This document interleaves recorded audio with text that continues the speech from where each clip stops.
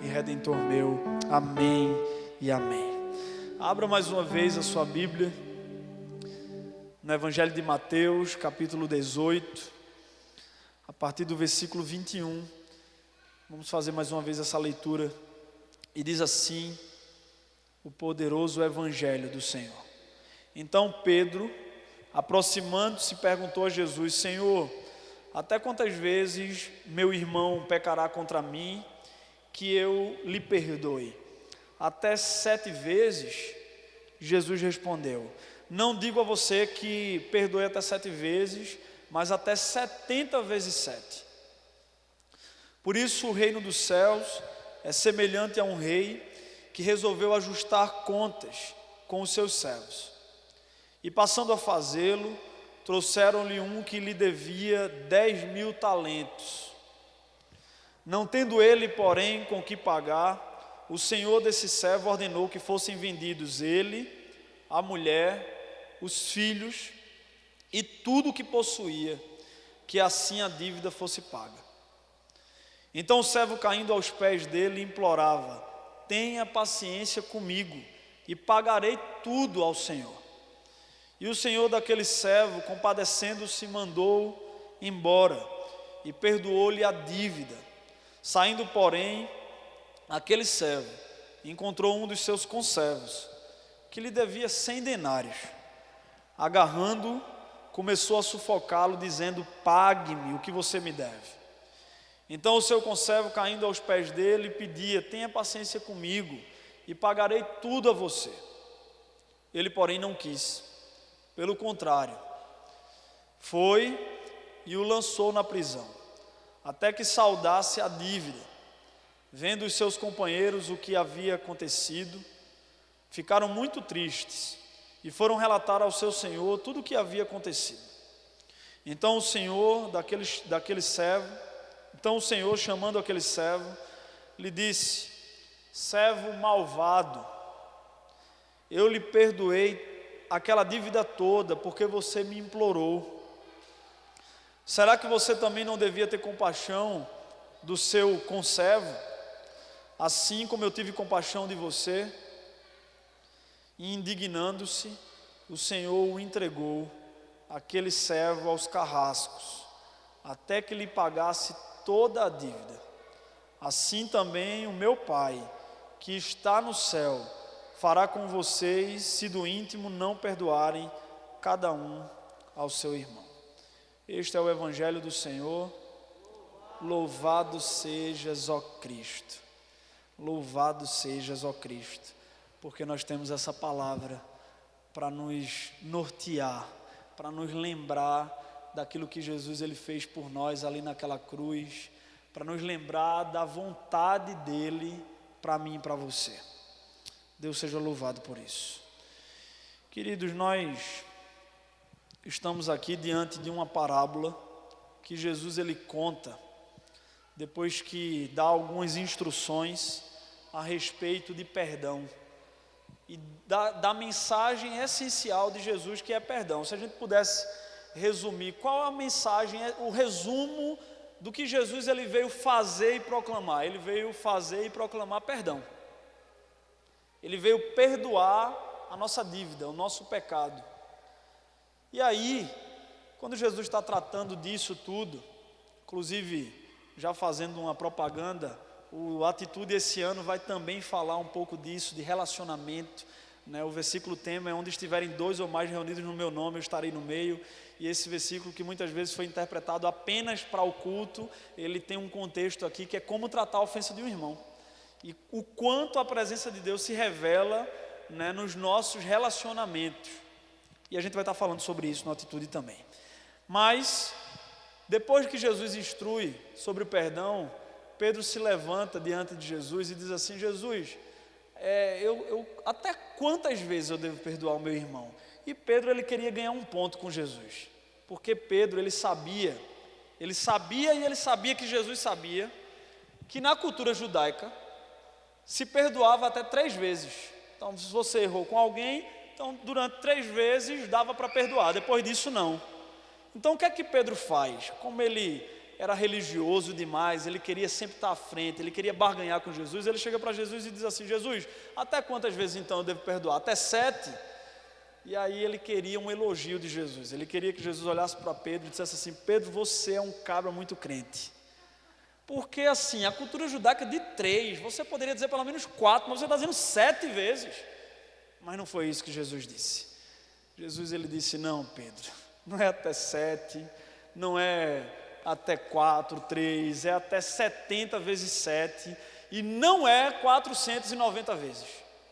Mas Jesus, ele estava dando um simbolismo ali de infinitude, de algo que é infinito, que é perdoar como se fosse a primeira vez, sem contar o que ficou para trás. Porque venhamos e convenhamos, uma pessoa que erra 490 vezes, você está contando lá, quantas vezes ela errou? Não. Então é quando você esquecer do último, aí você perdoa de novo, que é como se fosse a primeira vez. E aí Jesus conta essa parábola de um servo que, quando o rei pediu para prestar conta, ele chegou ali, ele devia 10.000 talentos. O rei, ele pediu para perdoar, né, um perdão da sua dívida. O rei concedeu a ele esse perdão, perdoou aquela dívida desse servo. Aquele servo vai embora, e quando ele encontra um conservo dele, um irmão dele, que lhe devia 100 denários, que não chegava nem a 1% da sua dívida, ele vai ali e encerra aquele homem na prisão, né, agarra, sufoca ele, domina ele e não perdoa a dívida. E ele volta porque os companheiros viram aquela situação, é chamado pelo rei. O rei vai ali e diz assim: por que você não fez o que eu fiz por você? Por que você não perdoou também? Né, e já que você não perdoou, eu quero agora que você seja entregue, preso agora.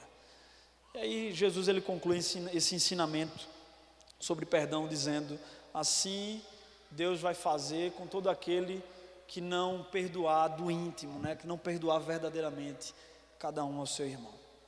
Mas, falando sobre isso, nós sabemos o que nós devemos fazer na vida. É muito difícil você errar sem saber que está errando. É muito difícil você cometer um pecado e depois de muito tempo você dizer assim: eita, isso era pecado, então eu cometi. Não, tem algumas coisas na vida, na caminhada cristã, alguns pecados disfarçados que a gente vai descobrindo depois, mas normalmente a gente sabe quando a gente erra. A gente sabe quando a gente não perdoa e sabe que não perdoar é errado. A gente sabe. Há um senso mínimo aqui de moralidade, uma consciência moral que Deus, ele colocou em nós, uma ética mínima que nós já nascemos com ela. E a gente sabe todas as vezes que a gente peca. Até se você estiver longe da igreja, você sabe quando você erra, você está errando. Ou você vai dizer que quando você está numa mesa que tem um pudim e uma manga, você vai comer o pudim achando que é o mais saudável. Quem aqui escolhe o pudim achando que a coisa certa que está fazendo é comer o pudim? Não, eu como o pudim, mas eu sei que está errado. Cadê o pessoal do pudim aí?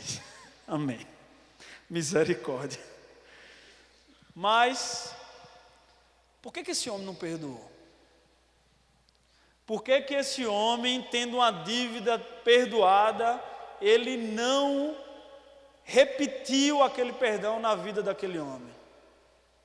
Porque ele não entendia, lembrei de você agora, João, a matemática de Deus. Ele não entendia a matemática do reino dos céus, que é totalmente diferente da nossa.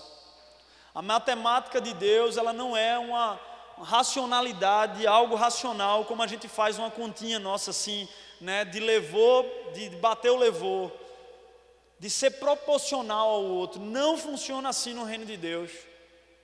E esse homem, ele não entendeu a matemática do reino dos céus. Ele não entendeu como é que funciona. E não entendendo como é que funciona, ele não conseguiu perdoar. Porque ele não entendia o tamanho da dívida dele. Tanto não entendeu o tamanho da dívida dele, que ele não reconheceu. E essa palavra reconhecer é o primeiro passo que a gente deve fazer na nossa caminhada cristã, para poder conseguir perdoar todo aquele que cometeu uma injustiça contra nós, a todo aquele que nos ferir. É reconhecer o tamanho da nossa dívida, reconhecer o tamanho do nosso pecado. Sabe quanto esse homem devia? Sabe quanto é que valia ali 10.000 talentos? Nessa época aqui, equivalia a 60 milhões de dias trabalhados. Se a gente fosse converter para a nossa moeda agora aqui, equivaleria a 3 bilhões 750 milhões de reais. Para aquela época, era uma dívida impagável. Esse homem, ele iria morrer, os seus filhos iriam morrer, os seus netos iriam morrer e não pagava aquela dívida. Porque ele não iria viver 60 milhões de dias para trabalhar 60 milhões de dias e pagar aquela dívida. Mas o problema desse homem é que ele não reconhece. E esse é o problema de não entender a matemática do Senhor, do reino dos céus. Por quê? Porque quando eu acho que a minha dívida ela é pequena, eu entendo que o perdão de Deus sobre mim foi pequeno. Infelizmente tem um monte de gente que acha isso.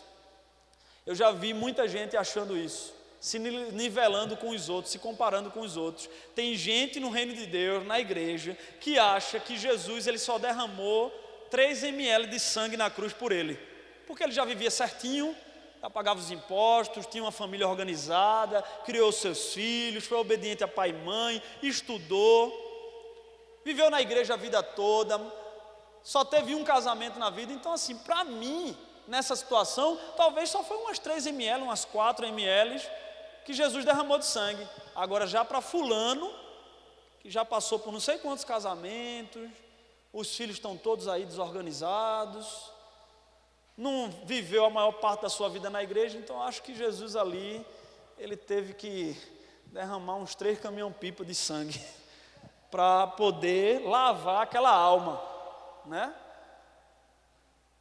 O problema é esse, falta de reconhecimento. Esse homem aqui, ele não reconheceu o tamanho da dívida dele, e por isso que no versículo 26 ele diz assim: tenha paciência comigo, que eu tudo pagarei a você. Como esse homem ia pagar? Como é que alguém naquela época iria pagar 60 milhões de dias trabalhados? Ele não reconheceu isso, assim como muita gente hoje não reconhece. Queridos, santidade, ou melhor, maturidade, não tem a ver apenas o quão santo você vai se tornando na caminhada, mas o quão devedor você reconhece que é. Quanto mais você acha que a sua dívida é menor, porque você já passou 20 anos, 30 anos na igreja, porque você já participou de ministério A, de ministério B, porque você já se viu mais do que um monte de gente, menos maduro você é, e porque você acha que você está pagando a sua dívida, que é impagável. Maturidade espiritual é quanto mais o tempo passa, mais você vai reconhecendo o tamanho da sua dívida, o quão impagável ela é por você. Quem concorda aqui comigo que o apóstolo Paulo, ele foi envelhecendo e ele foi amadurecendo espiritualmente? Você concorda comigo? Quanto mais o tempo passou, o apóstolo Paulo ele foi amadurecendo, sim ou não? Eu não acredito que o apóstolo Paulo ele foi ficando mais imaturo, mais infantil, não. Eu acredito que a vida que ele levou ao ponto de estar numa prisão por causa do evangelho e escrever a carta aos Filipenses, por exemplo, que foi a carta conhecida até hoje como a carta da alegria, porque a satisfação dele estava em Deus e não nas circunstâncias. Ele era alguém extremamente maduro. Aí você vê, em 1 Coríntios 15, 9, se você quiser anotar, ou se você quiser abrir, eu não vou esperar você abrir, mas é bom que você anote ou você marque, para a gente não demorar tanto aqui. Em 1 Coríntios 15, 9, uma das primeiras cartas de Paulo, no começo do seu ministério, do seu apostolado, ele escreve assim: porque eu sou o menor dos apóstolos, e nem mesmo sou digno de ser chamado apóstolo, porque eu persegui a igreja de Deus. Então Paulo, que teve um encontro com Cristo ressurreto, ele teve uma experiência profunda ali com o Senhor, de cura, de libertação, de salvação. Ele se coloca, e olha que a gente está falando de Paulo, o cara que escreveu a maior parte do Novo Testamento. Um grande homem de Deus. Ele olhava para os apóstolos e dizia assim: eu sou o menor dos apóstolos. E preste atenção numa coisa, isso aqui não é falsa modéstia não. Não é que Paulo estava querendo mentir ou dizer assim: eu sou o menor dos apóstolos, mas por dentro ele estava dizendo assim: eu sou o maioral mesmo, eu sou o cara. Não, isso aqui é palavra de Deus. Ele estava falando aquilo que o Espírito testificava a ele. Ele se considerava o menor porque ele sabia do tamanho da dívida dele.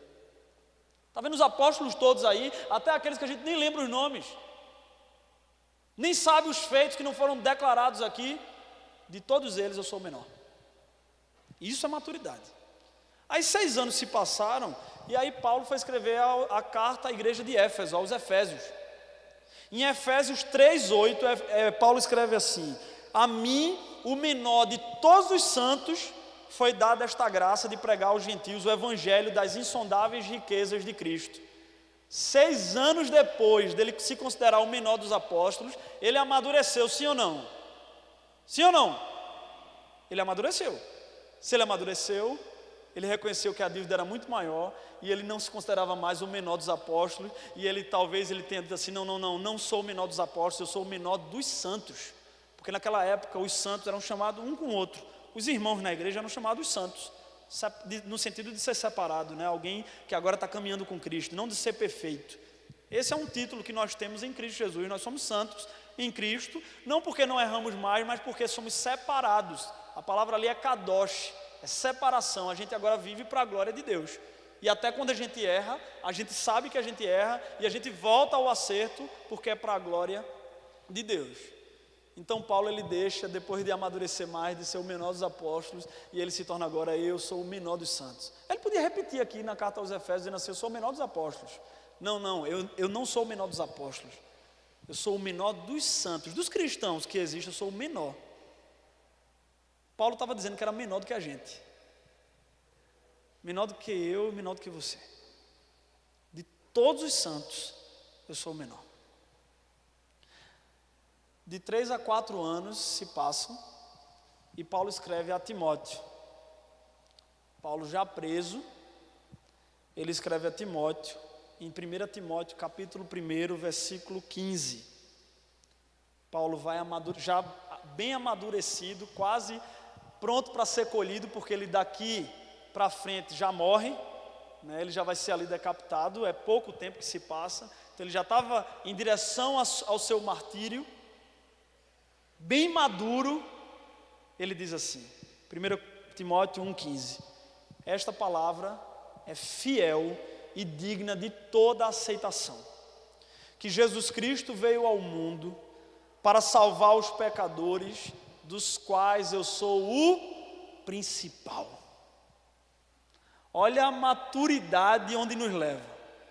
Olha quando a maturidade é revelada verdadeiramente, de todos os pecadores que vieram antes de mim, que existem agora e que virão depois, ou seja, a gente está incluso aqui nisso.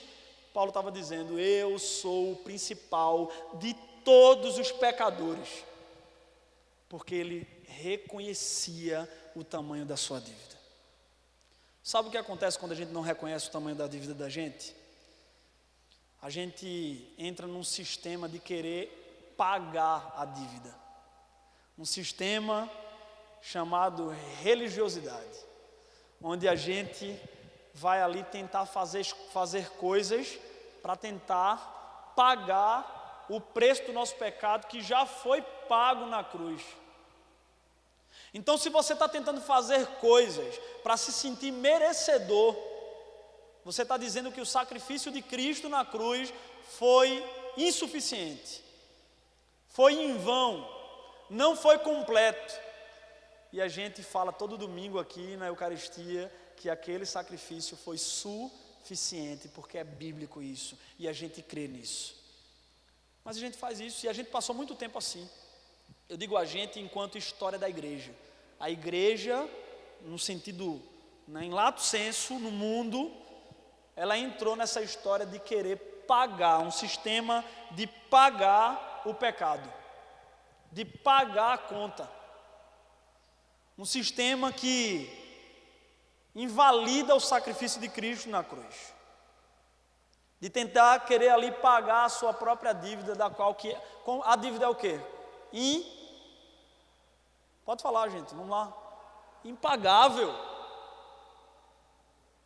Você pecou uma vez na vida, você nasceu já pecador. E esse pecado no qual você já nasceu com ele é impagável por mim e por você, por isso que só teve um que conseguiu pagar. Ele é tão impagável que nenhum anjo poderia pagar. Se você desse todos os animais da terra em sacrifício, não poderia pagar. Se você desse a sua própria vida por estar em pecado, não conseguiria pagar. Se você desse a sua família inteira para pagar o preço do seu pecado, não poderia pagar, porque só pôde ser pago pelo melhor, pelo maior de todos, Jesus Cristo, o Filho de Deus. Ele teve que se entregar lá para poder pagar o preço do nosso pecado. Mas a gente quis entrar por muito tempo, enquanto igreja, história da igreja, estou falando, nesses mais de 2000 anos de igreja, em querer entrar num sistema de pagar a conta. E aí, sabe qual é o problema desse negócio de pagar a conta? Que a gente criou uma ideia de pecado, como se pecado fosse só comportamento. Eu falei aqui já há um tempo, em uma outra pregação, sobre como a Bíblia ela utiliza a palavra pecado, porque tem os pecados, que são os comportamentos, e tem o pecado, que é a raiz que gera todos os outros pecados, a raiz de todos os males, que é o pecado, que é não amar a Deus sobre todas as coisas. Se pecado fosse só comportamento, é também, mas se fosse só comportamento, a gente conseguiria resolver tranquilo, porque a gente criaria aqui um sistema de adestramento, que é o que muita gente tenta fazer até hoje. Mais ou menos assim, sabe como é que adestra, né? Um cachorro, né? Fica dando petisco a ele. Então a gente criaria um sistema de adestramento. Se você fez uma fofoca, a gente de repente jogava uma pimenta na sua boca. Aí você ia, fofoca, pimenta. Não pode fofoca. Aí se você cantasse um salmo, um hino, desse palavras de louvor, falasse bem de alguém, a gente jogava um chocolate, né? Aí, falar bem, salmo, hino, chocolate. Um sistema de adestramento. Porém, quando Jesus ele foi questionado sobre qual era o maior mandamento, Jesus não falou de comportamento. Jesus falou o quê? Qual é o maior mandamento, Jesus? Os fariseus foram lá perguntar, qual é o maior mandamento? Amar a Deus acima de todas as coisas, com toda a sua força, com toda a sua alma, com todo o seu entendimento, com tudo que há em você. E o segundo, amar o seu próximo como a si mesmo. E aí Jesus nos colocou numa enrascada quando ele disse isso. Porque isso é um problema de coração. E não dá para dar uma ordem para o coração e dizer, agora eu amo. Você consegue assim, depois que acabar o culto, sair daqui e dizer assim, agora meu coração vai amar a Deus acima de todas as coisas, sim? Consegue fazer isso e praticar? Não. Não consegue. Não consegue. Sabe, eu vou repetir a analogia de novo que eu falei quando eu preguei aqui sobre o filho pródigo. A questão do time de futebol, né? Digamos que você torce lá para eu não vou usar os times daqui não, para não... Digamos que você torce lá para o Flamengo, e aí você descobre que você é um torcedor do Flamengo, aí você descobre que torcer para o Fluminense vai levar você para o céu. Aí você vai lá e compra a camisa do Fluminense, descobre onde é o estádio, compra o ingresso, vai para todos os jogos, marcou o gol, você vibra, você aprende os hinos lá, mas você é um torcedor do Fluminense de coração, sim ou não? Não, porque não dá para dar uma ordem ao coração. Você já viu alguém pegar uma pessoa solteira e dizer assim, ó, fulano, tá aqui, ó, uma pessoa solteira também para você amar, ama agora, dá certo isso, sim ou não? Não, é um problema de coração. Então Jesus ele não falou que o maior mandamento seria fazer comportamentos, ter comportamento de adestramento. Ele disse amar a Deus acima de todas as coisas e ao próximo como a si mesmo, que era o segundo maior mandamento. Não dá, isso é um problema para a gente. Problema também ao ponto das pessoas começarem a ir para o estádio dos crentes, que é a igreja, aprender os hinos dos crentes, dar o dízimo aos crentes, ao Deus dos crentes, cantar músicas, vestir talvez a roupa dos crentes, mas mudou de coração? Não, porque muitas vezes a pimenta que era jogada na boca para quem errava é o inferno, que muita gente não queria ir, por isso que vinha para a igreja dos crentes. E o chocolate era o céu, que muita gente vinha para a igreja dos crentes para poder ir para o céu. Mas isso não resolve, porque é um problema de coração. E a gente não consegue resolver isso, porque a gente não consegue fazer isso de todo o coração. Quem aqui vive uma vida inteira preferindo de coração estar na presença de Deus do que assistir uma série, um filme, passear, se divertir, ter um lazer? Quem aqui faz isso assim? O tempo inteiro de coração.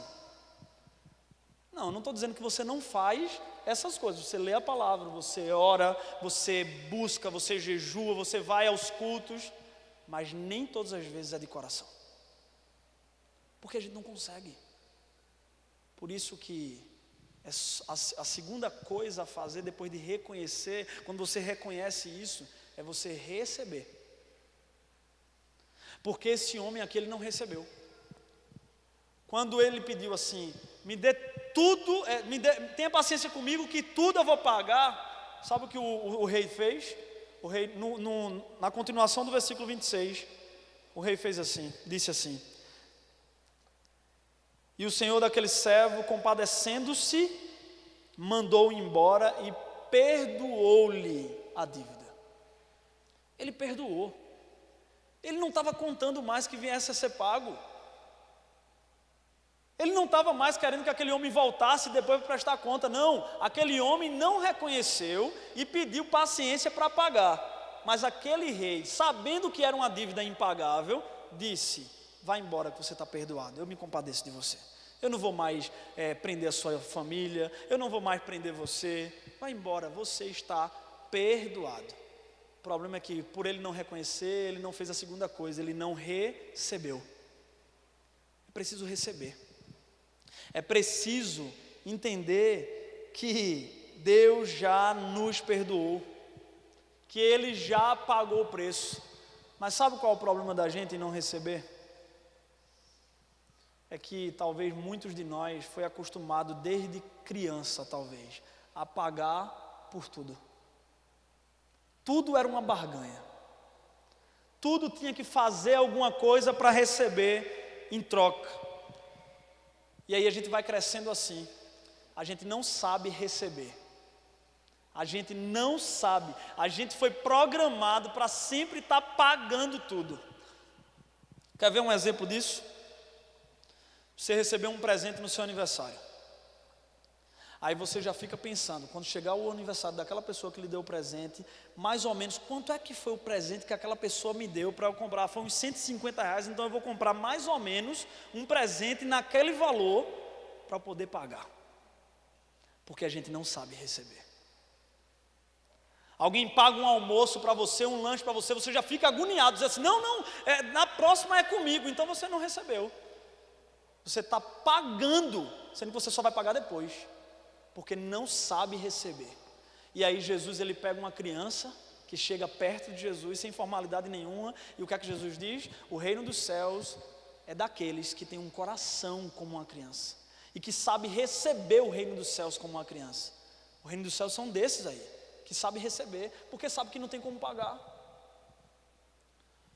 Helena, minha filha mais velha, está com 3 anos e 10 meses. Eu já dei algumas bonecas, alguns presentes a ela. Você acha que ela está fazendo conta para me pagar um dia? Você acha que ela está anotando assim: o meu pai me deu tantas bonecas, um dia eu pago a ele? Quantas vezes uma criança faz isso? Nunca.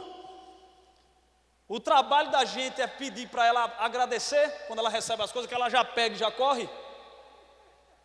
Porque criança sabe receber, a gente não. E esse homem não soube receber, porque não reconheceu. E aí fica tentando pagar.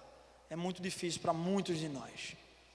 Somos formados numa sociedade capitalista que tem que pagar por tudo, Então isso afeta a nossa vida espiritual.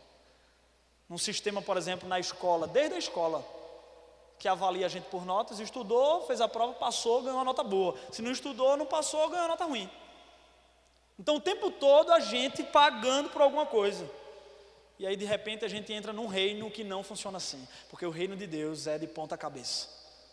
Inclusive é um título de um livro que eu li há pouco tempo e eu gostei muito. Me impactou profundamente. Porque Jesus ele vai para a cruz, aí quando chega do lado dele está um ladrão, que era um homicida, que era um assassino, que era um bandido, que era alguém que merecia estar ali na cruz. Mas simplesmente quando ele olha para Jesus, ele confia em Jesus. Porque a gente é salvo pela fé, amém? A gente é salvo pela fé em Cristo, não é salvo por obras. As obras é resultado de alguém que é salvo. Porque a gente não tem como comprar nem construir a salvação da gente. Aquele homem, nos últimos minutos da vida dele, ele confiou. A palavra para traduzir melhor fé na Bíblia é confiança. Ele confiou em Jesus, ele olhou para Jesus e disse assim: Jesus, lembra-te de mim quando entrares no teu reino. Aí Jesus disse assim: esse confiou, então ele vai receber. Ainda hoje estarás comigo no meu paraíso. Entrou um ladrão, ou melhor, um ex-ladrão na frente da gente, tudinho. Porque ele soube receber. Ele não ficou dizendo assim: Jesus, me tira daqui, eu fiz coisas boas também.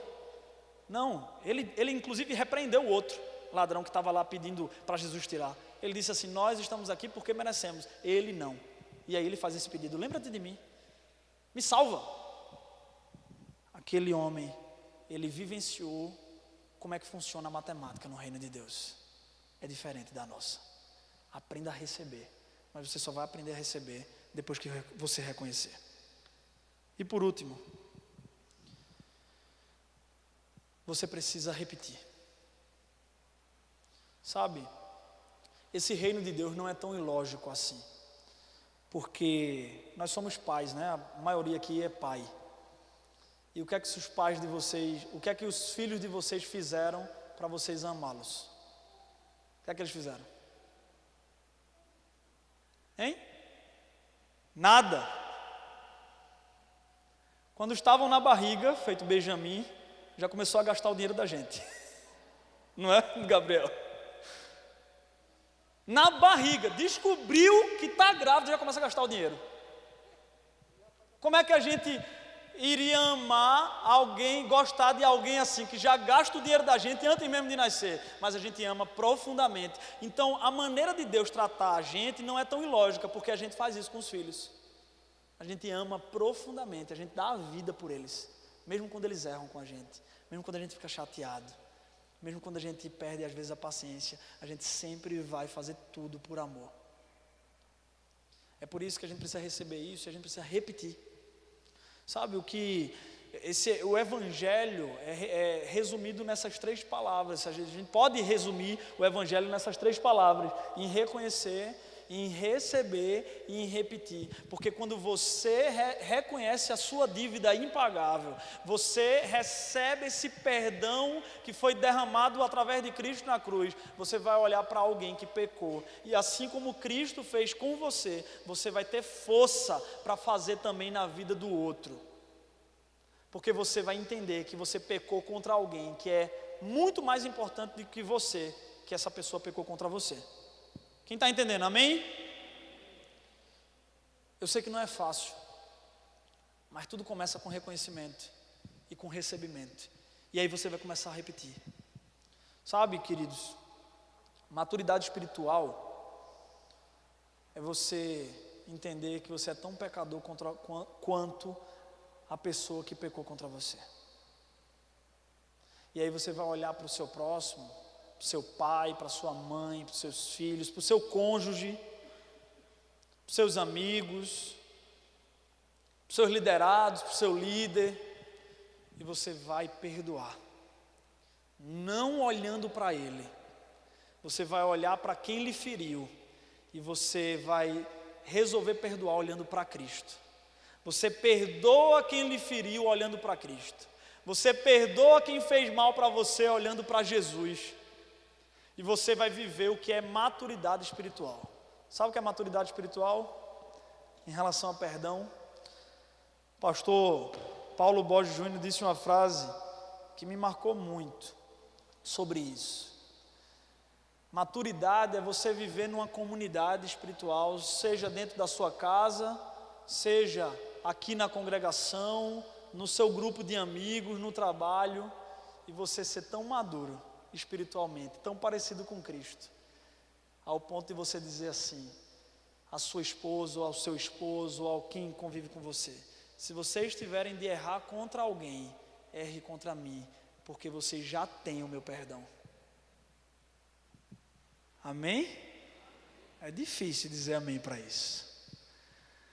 Quando alguém, aquela expressão que a gente fala muito e pratica pouco, quando alguém pisar no seu pé, você já perdoa e já pede perdão porque o seu pé estava no caminho. Foi isso que Jesus fez. É isso que Cristo faz. É assim que Cristo nos ensina. Sabe, maturidade é isso. É você ser tão satisfeito já com o perdão de Deus, tão amado por Ele, que você possa se levantar e dizer assim: olha, se tiver que errar contra alguém, erra comigo, porque você já está perdoado. Porque o perdão de Deus, Ele veio sobre as nossas vidas antes mesmo da gente se arrepender, e a gente só tem capacidade de se arrepender porque Ele já liberou o perdão. Aí a gente se arrepende porque Ele já perdoou. É preciso reconhecer o tamanho da dívida, é preciso receber depois de reconhecer, e aí consequentemente você vai repetir, porque você vai lembrar o quanto você já foi perdoado. E quanto mais o tempo passar, que mais maduro você ficar, você vai vendo que a dívida é sempre muito maior, infinitamente maior, que você jamais teria condições de pagar. E aí você vai perdoar. Ah, mas é muito difícil. Olha para Cristo e perdoa o próximo. Aí você olha para Cristo e lembra do que Ele fez por você, aí perdoa o próximo. Então é Cristo na frente.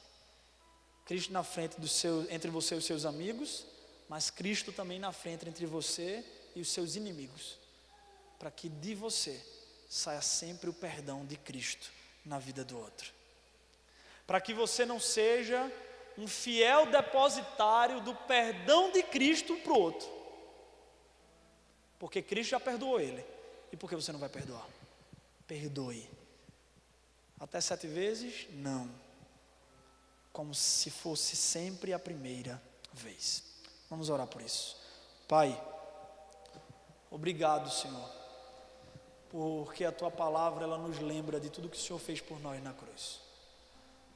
Nós nessa noite te pedimos, Espírito Santo, nos ajuda a reconhecer o tamanho da nossa dívida, nos livra de ficar tentando pagar, nos amadurece espiritualmente, para que a gente vá reconhecendo cada vez mais, nos ajuda a receber de uma vez por todas o Teu perdão, Pai, para que, constrangidos por esse Teu imenso amor, a gente sempre venha perdoar, que sempre que alguém esbarrar conosco, que possamos, Senhor, sempre derramar perdão, porque é isso que o Senhor faz conosco todos os dias. É no nome de Jesus e para a glória desse mesmo Jesus que nós oramos e te agradecemos. Amém e amém. Enquanto nós louvamos ao Senhor, vamos trazer